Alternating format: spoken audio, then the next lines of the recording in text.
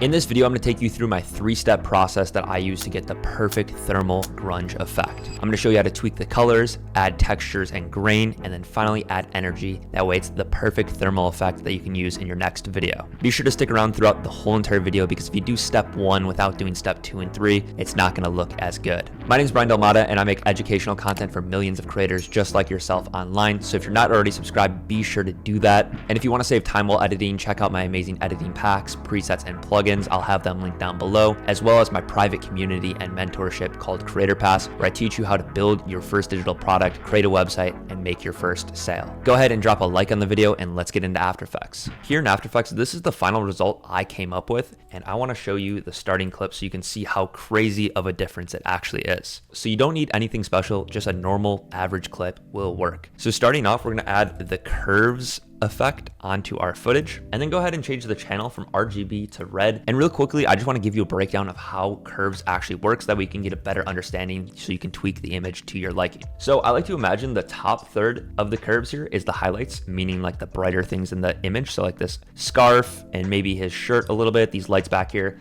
the midtones being the areas that are bright but not super bright. So maybe like the green, the brown, stuff like over here. And then the shadows being the black, like the car and the sky here. So if we bring up everything at the top, you can see the scarf starts to introduce a lot more red, whereas the blacks, you can see they're still kind of on this normal line. They haven't really added too much to the shadows. So if we bring up the point here, you can see how the blacks start to turn red because we're bringing up the reds in the shadow. So I like the way this looked a lot with a lot of reds and yellows in the highlights and the blacks just being black. So to get that, we can drag up the reds a lot and then also the greens because green and red together make yellow. So to get the color you want, you have to have a decent understanding of how colors actually operate, but I'm just dragging a bunch of points and making these marks like this. And let's go ahead and go to blue because we want to remove the blue so it's more orange and red, and then we'll tweak it in a second. So you can see here the green is in the midtones and shadows a little bit more than we probably want. So I'm going to go ahead and tweak the colors like this, and you'll see as we kind of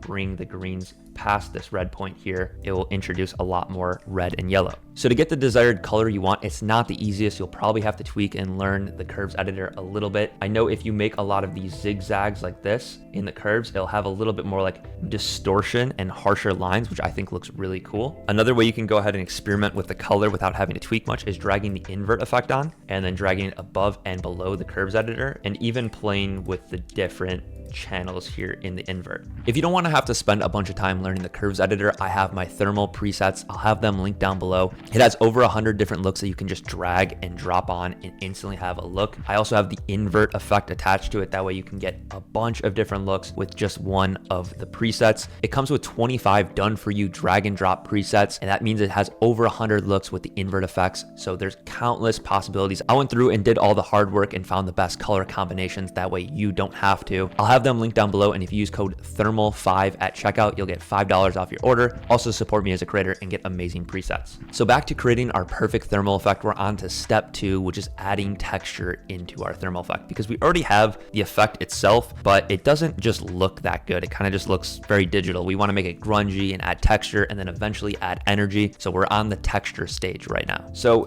the first effect I'm going to drag on is add grain. This is going to make it look a lot more grainy and grungy. So let's go ahead and change the viewing mode from preview to final output, increase the intensity, decrease the size just a little bit. I like to change color to monochromatic and also just play with the aspect ratio a little bit. That way it's not like perfectly circular grain modules. And then under application, you can change the intensity of the grain in the shadows and the highlights. So I'm going to bring up the shadows a little bit and maybe even just the highlights a tad. You can see it's already adding a lot more of that gritty kind of grungy look, and it's going to help us sell our effect a lot more. Then next I'm going to add on Lumetri color, and we're going to do this kind of for the vignetting. So under the vignette effect, if you drag the amount negative, it adds like these black vignettes around the side. I think it just adds a little bit more grit to it. And then also under creative, we can go ahead and bring up the sharpen. I think it just makes it look a little bit more crisp. And for an effect like this, I think it just like really makes it feel like thermal kind of looking. I think also playing with the saturation is cool. If you want something a little bit more desaturated, you can bring down the saturation, or if you want something really intense, intense, you can bring up the saturation as well. You can also go through the basic correction and just tweak the whites, the shadows, the blacks to get a desired look that you want. This is where you can really control how it kind of looks. And then lastly, to add a little bit more grunge and texture to this effect, I'm gonna drag on from my printer paper overlay pack, the scratch folder, low res scratch 8 FPS. And then I'm gonna go ahead and scale it down just a little bit so it fits the frame better, and then change that blending mode to something like lighter color. That way it shows in the darker areas and doesn't show as much in the highlights. I think it just adds a little bit more like grit to it, and it looks really cool. I'll have those overlays linked down below, and if you use code PRINTER5 at checkout, you'll get $5 off your order. I use them all the time. I think they're a no-brainer if you like this grungy kind of texture aesthetic. So now we're on to step 3. We've customized the color, we went ahead and added some grain and some grit and some texture to it, and now we need to go through and add some energy. That way we really sell the effect. The first thing that add some energy is I'm going to drag on the posterized time effect onto our video clip. And because we have those printer paper overlays at 8 FPS, I'm going to change the frame rate to 8 and just match up the frame changes with the overlay. So it looks like it's mismatched a little bit here, but now when we switch from frame to frame, the paper overlays also switch. So now it's just a little bit more synced and it has some energy like this. And then another effect I'm going to bring on is sapphire flicker and change up the amplitude a little bit. And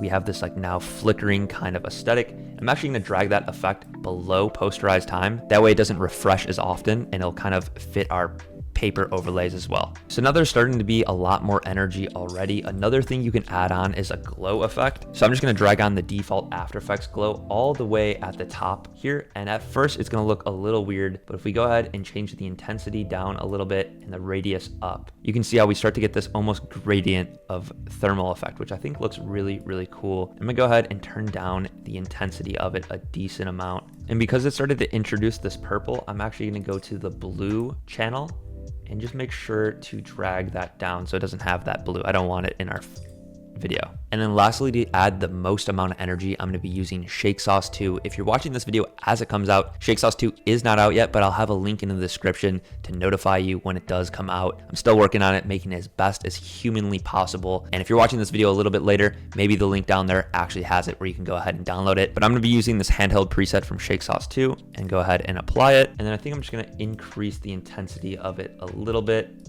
and the frequency a little bit as well. So you can see how it's a lot more energy now with the shake. And I think also I'm just gonna bring down the motion blur just a tad too, so it feels a little bit more like robotic. And now this is a great time if you have the thermal presets to just drag them in and see the different looks, because like now you're closer to a final product and you can see all of the different like drag and drop looks, play with the invert a little bit, see what it can give you. Like something like that looks insane. There's literally infinite possibilities with these thermal presets. So once you have them, go ahead and play with them. Once you're closer to like the end result of the thermal effect, I think it's really, really helpful just to go through and see all of the different possibilities that you can be adding to your video. Like I said, there's 25 presets, but over 100 different looks if you include the inverts. So there's a lot you can do with these presets. So get creative with it. I really love the way it looks when you combine the curves effect with some grain, some paper textures, and some shakes. It just looks gritty. It sells that thermal effect. So go ahead and use it in your next video. I'll have those thermal presets as well as the printer paper overlays linked down in the description with some discount codes for you guys. So go ahead and download them. You support the channel and also get some really solid video effects alongside it. If you made it to the end of the video and you're not already subscribed, be sure to subscribe, drop a like on this video, but that's all I got for you guys in this one.